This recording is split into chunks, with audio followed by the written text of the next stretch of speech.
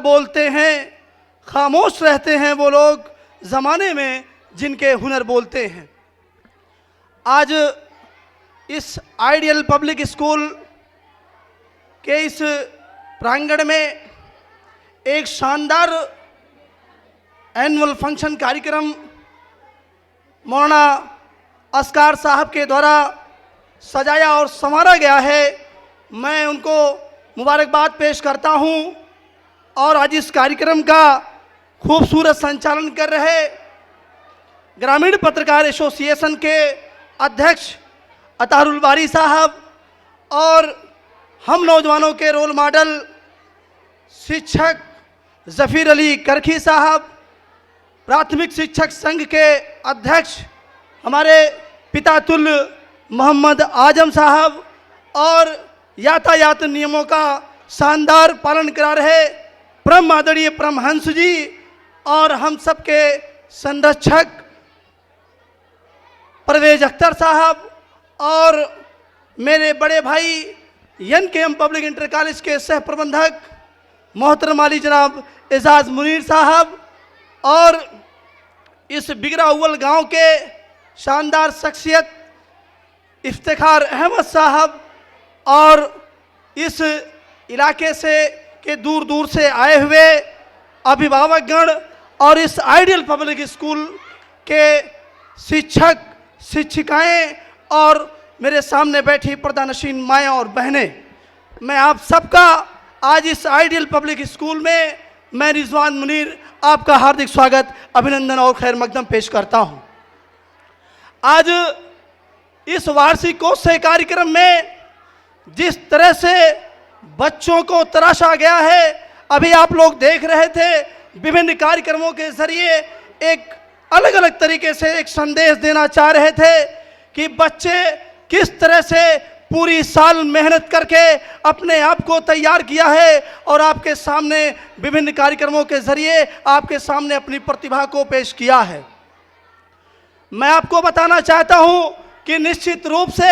आज के 10 साल पहले जब हमारा ये उजियार का इलाका शिक्षा के मामले में काफ़ी दयनीय स्थिति थी, लेकिन आज अल्हम्दुलिल्लाह आप सबके मौलाना असगार साहब जैसे हजार नौजवानों की फिक्र से आज जगह जगह शिक्षण संस्थाएं हैं और शिक्षा के प्रति लोगों की जागरूकताएं बढ़ी हैं और निश्चित रूप से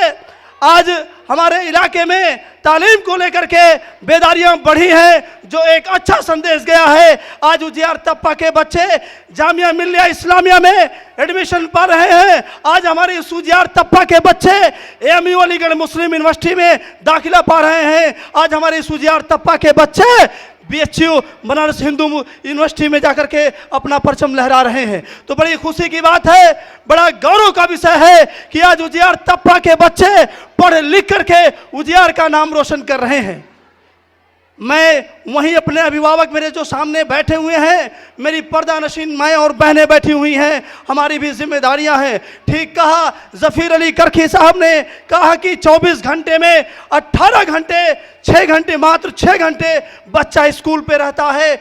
शिक्षक और शिक्षिकाएं बच्चे को तराशते हैं, संवारते हैं, लेकिन 18 घंटे बच्चा अपने घर पर रहता है, अपने परिवार में रहता है, अपने मोहल्ले में रहता है, अपने गांव में रहता है। तो हमारी भी जिम्मेदारी बनती है कि उन बच्चों को 18 घंटे में मात्र स्कूल और शिक्षक के भरोसे नहीं छोड़ा जा सकता। 18 घंटे में हमारी भी जिम्मेदारी बनती है कि उनको तराशा जाए, उनके ऊपर मेहनत किया जाए, उन पर भी वक्त दिया जाए, जिससे हमारा बच्चा तालीम के मामले में उच्च शिक्षा हासिल करके और अपने परिवार का, अपने स्कूल का, अपने इलाके का नाम रोशन करे। इस नाते मैं अपने अभिभावकों से मेरा खास कर मेरी गुजारिश है, अपील है कि आप सब लोग भी गौर फिक्र करें, तालीम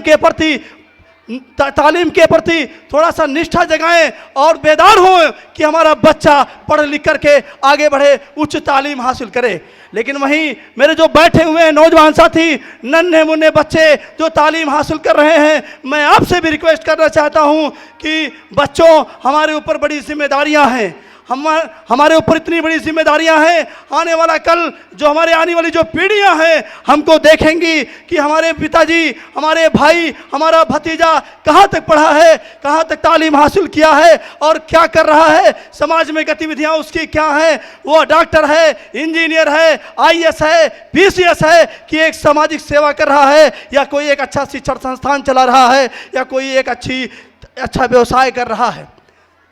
तो इस नाते हम नौजवान साथियों की भी बड़ी जिम्मेदारियां हैं, लोगों की बड़ी उम्मीदें जुड़ी हुई हैं। तो मैं आप सबसे मेरी गुजारिश है कि आप सब भी गौर फिक्र करें। तालीम बहुत ज़रूरी है हमारी ज़िंदगी में, और शिक्षा के बगैर हम एक कोरा कागज़ के जैसे हैं। शिक्षा के लिए,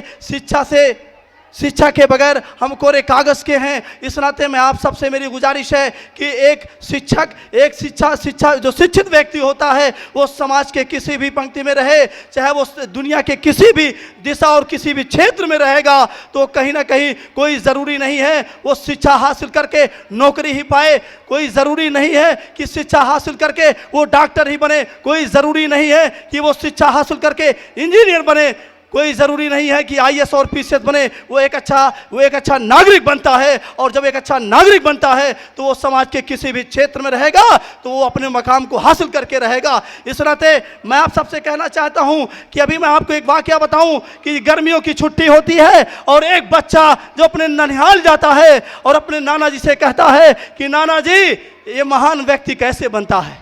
पूछता है कि महान व्यक्ति कैसे बनता है, तो उसके नाना कहते हैं कि चलो बेटा बाजार चलते हैं, वहाँ से 2 पौधा लेकर आते हैं। और 2 पौधा लेकर के आते हैं, और जब वो एक पौधा अपने घर के अंदर लगाते हैं और दूसरा पौधा घर के बाहर लगाते हैं। कहते हैं कि बेटा देखो ये दोनों पौधा तो लगा दिया हूँ, अब जाओ जब तुम अगली छुट्टी में आना तब तुमको मैं बताऊँगा कि महान व्यक्ति कैसे बनता है। तो जब वो बच्चा लौट करके गर्मियों की दूसरी छुट्टी में अपने घर को अपने नाना के घर को जब लौटता है, तो नाना के घर जैसे ही जाता है और कहता है कि नाना ये जो घर वाला तो बहुत बड़ा फल फूल रहा है, ये तो पौधा बड़ा हो गया है। तो नाना ने कहा अरे रुको जी, अभी जो बाहर जो मैंने पौधा लगाया है वो जाकर के देखो कितना बड़ा हुआ है। तो जाकर देखता है और आश्चर्य होता है कि नाना जी ये पौधा तो हमने घर में लगाया था, जिसको बड़ी आसानी से पानी दिया जा सकता था, उसकी देखरेख की जा सकती थी, लेकिन ये पौधा तो घर के बाहर लगाया गया है। ये कैसे इतना बड़ा एक पौधा एक पेड़ बन गया है, ये कैसे संभव होता है। तो उनके नाना ने कहा कि बाबू देखो ये जो घर का जो पौधा है ये न धूप देखा, न छांव देखा, न गर्मी देखी, न चक्रवात देखा, तो ये जो बाहर का जो पौधा है इसने धूप देखा है, ठंडक देखा है, चक्रवात देखा है,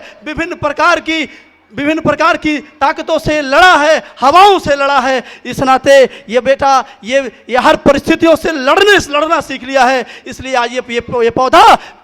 पौधा बन करके ये पेड़ बन गया है। तो इस नाते इन पंक्तियों में नाना ने एक संदेश देना चाहा है कि बेटा जो धूप और धूल और छांव और विभिन्न प्रकार की चक्रवात और विभिन्न ताकतों से लड़ा है, इस नाते आज ये बड़ा होकर के फल फूल रहा है। ये प्रेरणा लेने की जरूरत है। मैं अपनी एक पंक्तियों से मैं अपनी बात को समाप्त करूंगा कि मुश्किलों से यूं न डर,